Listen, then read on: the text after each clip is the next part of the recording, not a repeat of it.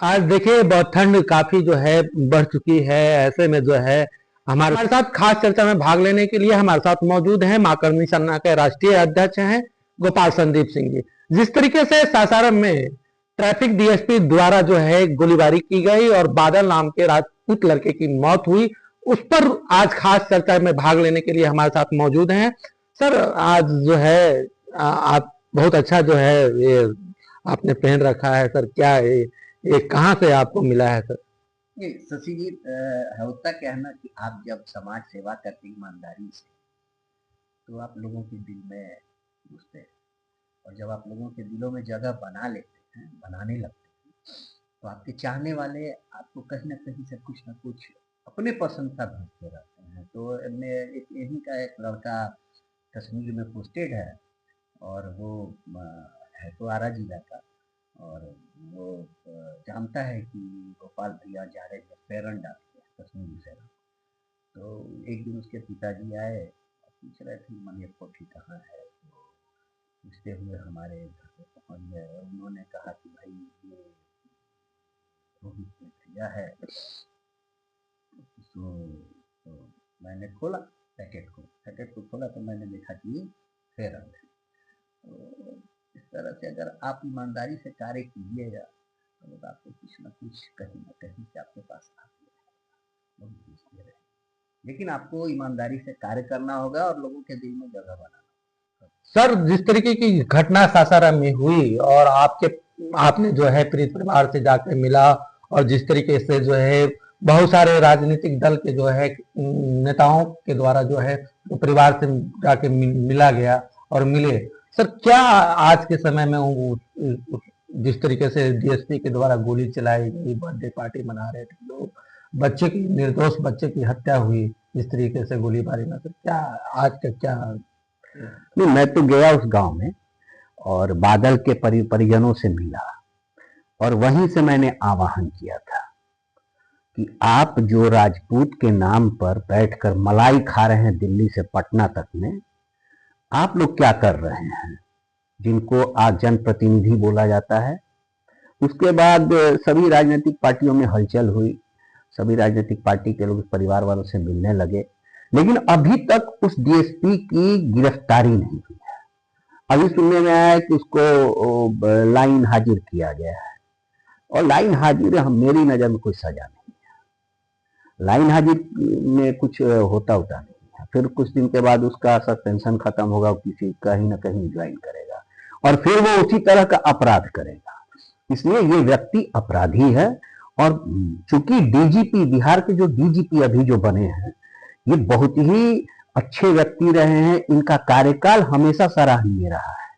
तो मैं बिहार के डीजीपी से एक निवेदन कर रहा हूं मां करनी सेना की तरफ से कि इस पर खुद अनुसंधान करें, और वो उस डीएसपी का बिलाल, जिसका नाम है आदिल बिलाल, उसके खिलाफ कहां कहां क्या क्या है, उस पर उसकी जानकारी खुद इकट्ठा करवा करके और उस बादल को न्याय दिलवाए।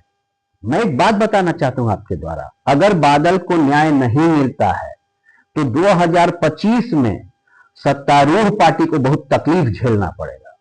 क्योंकि हमारे समाज में मैं लालू जी के राज्य को जंगल राज बोला जाता था जी। लेकिन उस जंगल राज्य में भी राजपूतों की हत्या बहुत कम हुई थी। कम क्या हुई थी? नगण्य थी। लेकिन इधर मैं देखा हूं राजपूतों के जो नए चेहरे उभरते रहे हैं, तो मतलब जहां भी मैं देखा कि अगर कोई नया चेहरा उभर रहा है, उसकी खात्मा किया गया। कौन कर रहा है ये खात्मा? मैं सरकार से नहीं, मैं राजपूतों के नाम पर रोटी खाने वाले उन जनप्रतिनिधियों से पूछना चाहता हूं कि आपकी मुंह में जाबी क्यों लगी रहती है अपने समाज के नाम पर? आपको नीतीश जी के सामने, मोदी जी के सामने बोलने में डर क्यों लगता है अपने समाज के लिए? एक लालू प्रसाद बिहार में पैदा हुआ, और वो लालू प्रसाद ने एक जाति विशेष और एक धर्म विशेष को बहुत मदद किया, बहुत आगे बढ़ाया। तो आज क्या है? आज उनकी जाति बहुत मजबूत है। यूपी में मुलायम सिंह यादव पैदा हुए, उन्होंने अपनी जाति को बहुत आगे बढ़ाया। तो क्या बिहार में एक भी क्षत्रिय के बीच में चेहरा नहीं है, एक भी राजपूत नेता ऐसा नहीं है जो राजपूतों का शुभचिंतक हो। सिर्फ अपनी भलाई, अपना बेटा, अपनी बीवी और अपना बच्चा और अपने।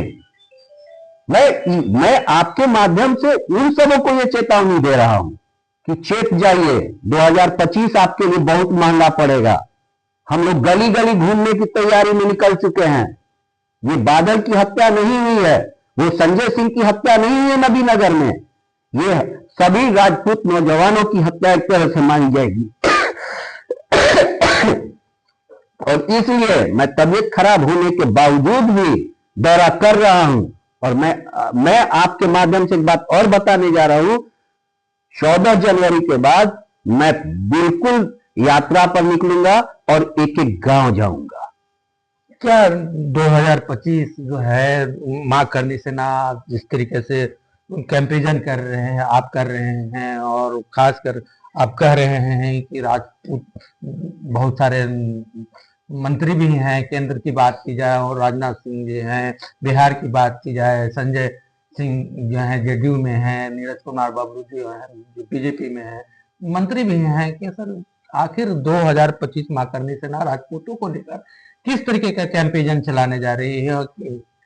देखिए, एक चीज मैं बता रहा हूं, मेरा अपना मानना है कि राजपूतों का विरोधी कोई जाति नहीं होता है, कोई धर्म विशेष नहीं है। लोग डराते हैं मुस्लिमों के नाम पर, मैं नहीं डरता हूं मुस्लिमों से। राजपूत कभी मुस्लिम से नहीं डरा। राजपूत सनातन धर्म की रक्षा के लिए, आज लोग कहता है राजपूतों की संख्या कम हो गई। अरे राजपूतों की संख्या इसलिए कम हुई क्योंकि उसने आपकी रक्षा के लिए अपने बच्चों का बलिदान किया, इसलिए उसकी संख्या कम हुई। जिस तरह सिखों की संख्या कम हुई, सिखों ने आपकी रक्षा के लिए अपना बलिदान किया, तो राजपूतों की संख्या कम हुई।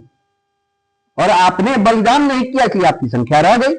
मैं यही कहना चाहता हूं कि बहुत हो गया, बहुत बर्दाश्त हम लोग कर लिए। हम लोगों से राजस्थान का शीर्ष पद छीन लिया गया, चुप रहे। हम लोगों से मध्य प्रदेश का शीर्ष पद छीन लिया गया, चुप रहे। हमारे उत्तर प्रदेश में योगी जी को भी एक तरह से तंग करने की साजिश की जा रही है, जो मुझे जानकारी मिलता है मीडिया के माध्यम से, आप लोग जैसे और कार्यकर्ताओं के माध्यम से।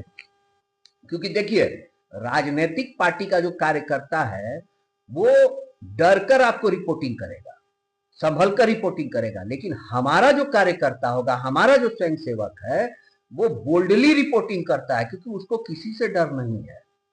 वो जानता है कि वो समाज सेवा करने निकला है, इसलिए उसे किसी का डर नहीं है। वो जानता है कि मुझे सच बताना ही बताना है। तो मैं यही कहना चाहता हूँ कि मैं किसी का विरोधी नहीं हूँ, किसी राजनीतिक पार्टी का विरोधी नहीं हूँ। जो भी 2025 के चुनाव में अभी बहुत समय है, मैं यही देखना चाहता हूँ कि 2025 में जो भी पार्टी, राजनीतिक पार्टी बिहार की, राजपूतों के सोच की बात करेगी, राजपूतों के हित की बात करेगी, राजपूत उसी को समर्थन देगा। न मेरा दुश्मन राजद है, न मेरा दुश्मन भाजपा है, न मेरा दुश्मन जदयू है, न मेरा दुश्मन कांग्रेस है, न मेरा दुश्मन AIMIM है। अगर जरूरत पड़ा तो राजपूत AIMIM को भी समर्थन दे सकता है। इसलिए मैं आपके माध्यम से एक संदेश देना चाहता हूं कि राजपूतों के साथ जो व्यवहार हो रहा है उसे अविलंब बंद किया जाए, राजपूतों को सम्मानित करने की कोशिश की जाए। चंद चमचे हमारे समाज के भ्रष्ट लोगों को अपने इर्द गिर्द रखकर राजनीतिक पार्टियां अगर ये समझ रही है कि संपूर्ण बिहार के राजपूत हमारे साथ आ जाएंगे, ऐसा संभव नहीं है। राजपूतों को आपको लाना है तो सार्वजनिक रूप से, सामूहिक रूप से राजपूतों का सम्मान, राजपूतों की बात माननी पड़ेगी आपको। फिर हम आपके हैं, हम तो बार बार बोलते हैं सरकार हम आपके हैं, आप ऐसा ना करें कि हम बताएं।